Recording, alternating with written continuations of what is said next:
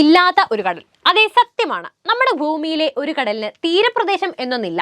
അതുപോലെ ഇതുവരെയും ചുരുളഴിയാത്ത നിരവധി രഹസ്യങ്ങളുമുണ്ട്. സർഗാസോ എന്ന ആ നിഗൂഢത ഒളിപ്പിച്ച കടലിന്റെ ദുരൂഹമാക്കുന്ന ആ രഹസ്യങ്ങളിലേക്കൊന്ന് നമുക്ക് ചികഞ്ഞു നോക്കിയാലോ? എങ്കിൽ നേരെ വീഡിയോയിലേക്ക് പോകാം. തീരപ്രദേശമില്ലാത്ത കടൽ വിശ്വസിക്കാൻ പ്രയാസമാണല്ലേ? വടക്കൻ അറ്റ്ലാന്റിക് സമുദ്രത്തിന്റെ മധ്യഭാഗത്ത് സ്ഥിതി ചെയ്യുന്ന സർഗാസോയാണ് ലോകത്തിൽ തീരപ്രദേശമില്ലാത്ത ഏക കടൽ. സർഗാസോ കടലും അവയുടെ അസാധാരണത്വവും ഇന്നും ലോകത്തിന് അപരിചിതമാണ്. ഏതായാലും 3200 കിലോമീറ്റർ നീളവും 1100 കിലോമീറ്റർ വീതിയുമുണ്ട് ഈ കടലിന്. സർഗാസം എന്ന പേരിൽ തവിട്ട് നിറത്തിലുള്ള കടൽ സസ്യം നിറഞ്ഞു പൊങ്ങി കിടക്കുന്നതിനാലാണ് സർഗാസോ കടൽ എന്ന പേര് വന്നത്. ഇതുകൂടാതെ മറ്റൊരു വിചിത്രമായ പ്രതിഭാസം എന്താണെന്നാൽ അറ്റ്ലാന്റിക് സമൂഹത്തെക്കുറിച്ച് നമുക്കറിയാം.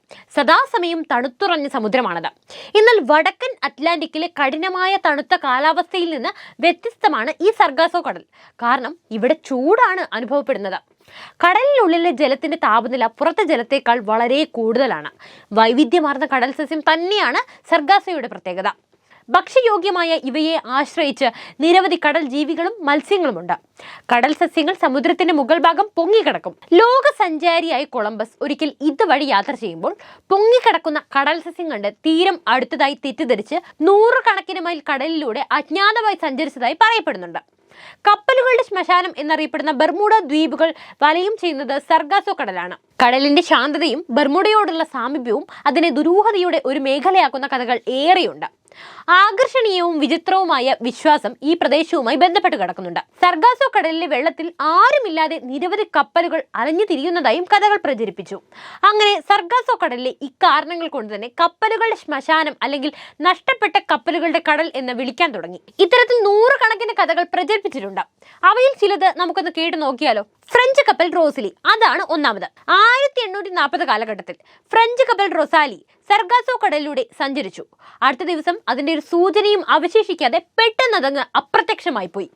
പിന്നീട് അതിന്റെ യാത്രക്കാരെ കുറിച്ചോ അതിലുണ്ടായിരുന്നവരെ കുറിച്ചോ യാതൊരു സൂചനയും ലഭിച്ചില്ല. അടുത്തത് അമേരിക്കൻ സ്കൂണർ എല്ലൻ ഓസ്റ്റിൻ ആണ്. 1881 ഒരു അമേരിക്കൻ സ്കൂണറായ എല്ലൻ ഓസ്റ്റിൻ എന്ന മറ്റൊരു കപ്പൽ അവിടെ അജ്ഞാതമായി കിടക്കുന്നത് കണ്ടെത്തി. എന്നാൽ കപ്പലിലാകട്ടെ ജീവനക്കാരില്ല. അങ്ങനെ അതും ദുരൂഹതയുടെ മാറ്റുകൂട്ടി. 1955 സെപ്റ്റംബർ മാസം സർഗാസോ കടലിൽ കൊന്നമറ 4 എന്ന പേരിൽ ഒരു കപ്പൽ കണ്ടെത്തി. 3 ചുഴലിക്കാറ്റുകളിൽ പെട്ട് കപ്പൽ തകരുകയും അതിനൊപ്പം തന്നെ അതിലെ ജീവനക്കാരെല്ലാം അപ്രത്യക്ഷമാവുകയും ചെയ്തു എന്നാണ് കഥ. ഇവയ്ക്ക് പുറമെ 1960 മുതൽ 1980 ഇടയിലായി സർഗാസോ കടലിലെ ശാന്തമായ നീലജലത്തിൽ പേരറിയാത്ത നിരവധി ബോട്ടുകളും വെള്ളങ്ങളും സ്വന്തമായി അലഞ്ഞു തിരിയുന്നത് കണ്ടെത്തിയിട്ടുണ്ട്. ക്രൂ അംഗങ്ങളുടെ അസ്ഥികൂട അവശിഷ്ടങ്ങളുമായി കണ്ടെത്തിയ കപ്പലുകളുടെ നിരവധി കഥകൾ വേറെയുമുണ്ട്. അതേസമയം കപ്പലിലെ ജീവനക്കാരുടെ മരണത്തിന് പിന്നിൽ കടൽപ്പായലാണെന്ന് ചിലർ വിശ്വസിക്കുന്നു. ഇനി നമുക്ക് ഇതിന് പിന്നിലെ സത്യം കണ്ടെത്തിയാലോ? സർഗാസോ കടലിലെ മധ്യഭാഗത്തായിട്ട് വലിയ അളവിൽ കടൽപ്പായലുകൾ കൂടുന്നുണ്ട്. അവിടെ ശക്തമായ ഒഴുക്കുകൾ കാരണം അത് പതുക്കെ ആഴക്കടലിൽ ഒരു വലിയ ചുഴി സൃഷ്ടിക്കുകയാണ്. സർഗാസോ കടലിലെ വലിയ ചുഴലിക്കാറ്റുകളെല്ലാം തന്നെ ഒരുപോലെയാണ് എന്നൊരു സിദ്ധാന്തം ഡോക്ടർ സിൽവസ്റ്റർ കണ്ടുപിടിച്ചിട്ടുണ്ട്. ഈ വലിയ ചുഴലിക്കാറ്റ് ബർമുഡ ട്രയാങ്കിളിന്റെ പ്രദേശത്തേക്ക് എത്തുന്നു. ഈ ചുഴലിക്കാറ്റുകൾ കപ്പൽ തകർക്കാനും അതിനൊപ്പം തന്നെ അതിനെ ചുഴിയിലേക്ക് വലിച്ചെടുക്കാനും അത്ര ശക്തമാണ്. അതുകൊണ്ട് തന്നെയാണ് ഒരുപാട് അജ്ഞാതമായ കപ്പലുകൾ അവിടെ സൃഷ്ടിക്കാൻ കാരണം. അതുപോലെ തന്നെ അവിടെയുള്ള മരണകാരണങ്ങളും ഈ ചുഴലിക്കാറ്റ് തന്നെയാണ്. അപ്പോൾ ഇതാണ് സർഗാസോ കടലിന്റെ ദുരൂഹതകൾ. എല്ലാ കടലിലും ഒരുപാട് അപകടങ്ങൾ നടക്കാറുണ്ട്. അതുപോലെ അനന്തമായ കടലിൽ നഷ്ടപ്പെടുന്നത് തപ്പിയെടുക്കുക എന്ന് പറയുന്നത് ഒരു ചോദ്യചിഹ്നവുമാണ്. അതുതന്നെയാണ് സർഗാസോയെയും ബർമുഡയെയും എന്നും ദുരൂഹതയുടെ മുഖംമൂടി നൽകിയിരുത്തുന്നത്. അപ്പോൾ സർഗാസോയെ കുറിച്ചുള്ള വിവരങ്ങൾ നിങ്ങൾക്ക് ഇഷ്ടപ്പെട്ടോ? ഈ വിഷയത്തിൽ നിങ്ങളുടെ അഭിപ്രായം എന്താണ്? എന്ത് തന്നെയായാലും കമന്റ് ചെയ്യൂ. ഒപ്പം വീഡിയോ ഇഷ്ടപ്പെട്ടാൽ ലൈക്ക് ചെയ്യാനും ഷെയർ ചെയ്യാനും ശ്രദ്ധിക്കുമല്ലോ.